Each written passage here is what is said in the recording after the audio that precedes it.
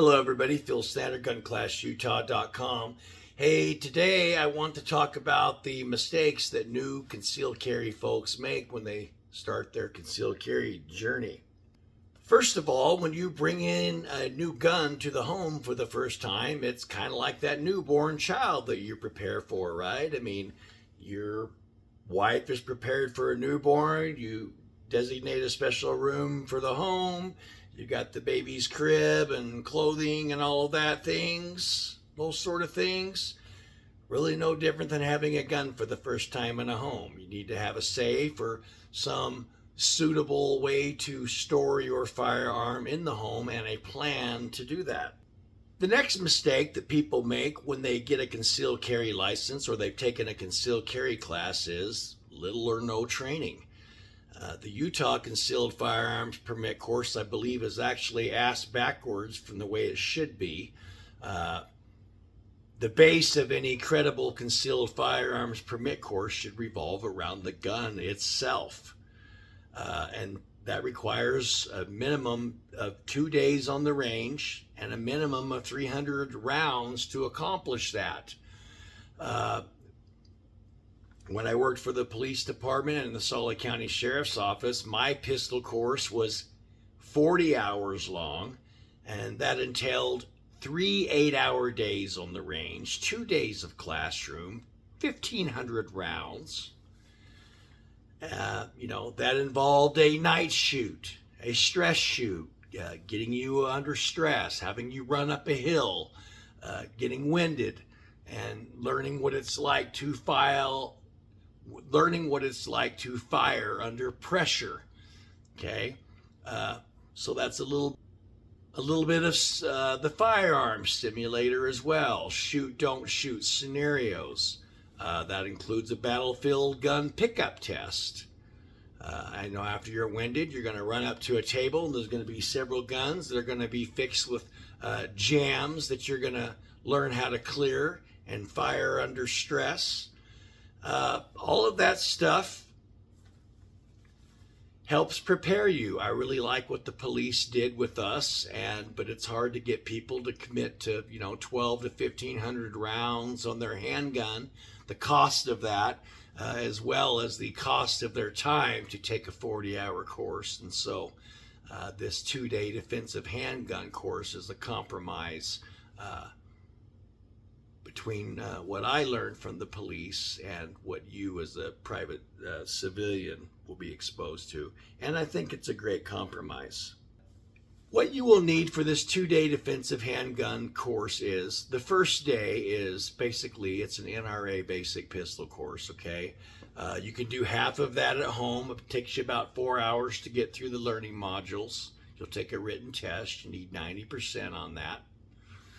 Once you've successfully completed day one, that shows me that you can handle a firearm and shoot it safely, and that you can hit 4-inch groups at least from a minimum of 10 feet away. And that is a prerequisite to take day number 2.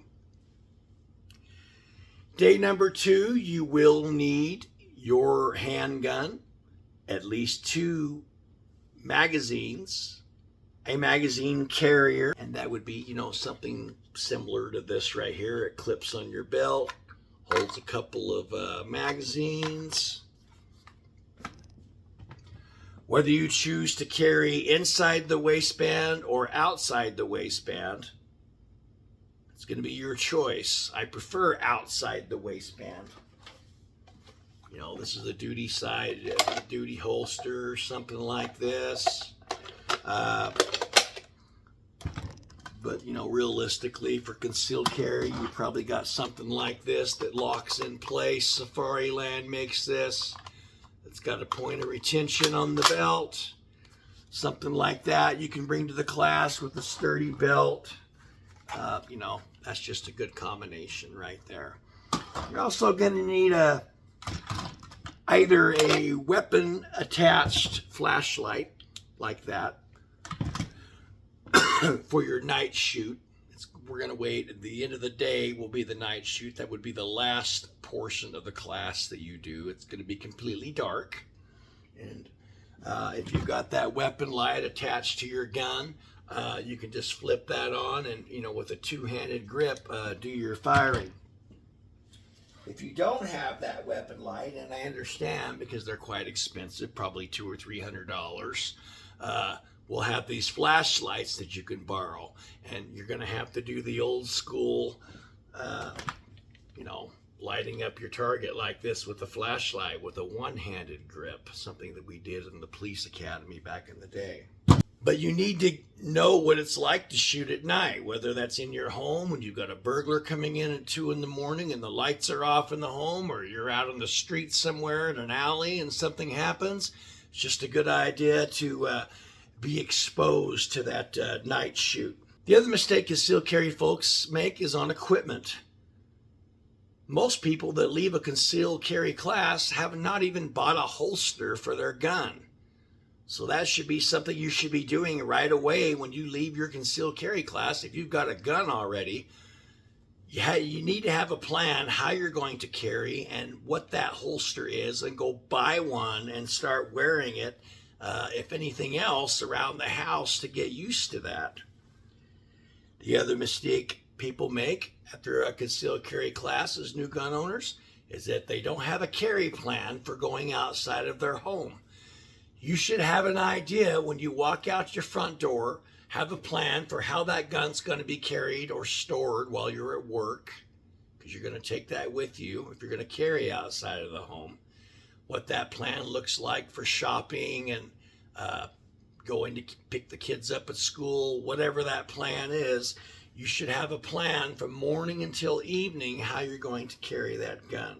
So once you've got all of that planned, you've taken a 2-day course, you have all these things mentioned. The other thing, the last thing that you should do is have ongoing training, and whether that's something that you do on your own or something that you would like to take through us through a membership, we recommend that you practice at least once per month at the range with a minimum of 50 rounds monthly.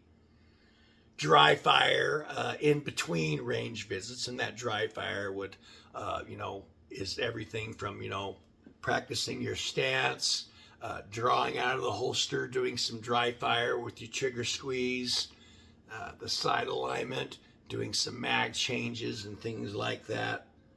A little bit of time on the simulator if you've got one. I know in southern Utah we put them on a simulator, shoot, don't shoot scenarios. Those are pretty nice and fun to do. Then after that 2-day course, you want to learn a little bit more. Now let's get into movement and shooting. We're moving and shooting. We're doing room and building clearing. We're doing shoot, don't shoot scenarios with sim guns. Yeah, these little plastic bullets, and they sting a little bit if you don't have long sleeves on your clothes and face protection, things like that. That's mandatory. And a little de-escalation and mental health awareness training is always a good part of any concealed carry ongoing training. But anyway, if you want to sign up for the 2-day pistol course, we're going to be posting that online. We're going to be doing that in the winter, starting the end of December. December 27th is our first class. Got to dress warm for that, and it's going to be a lot of fun. Thanks for watching.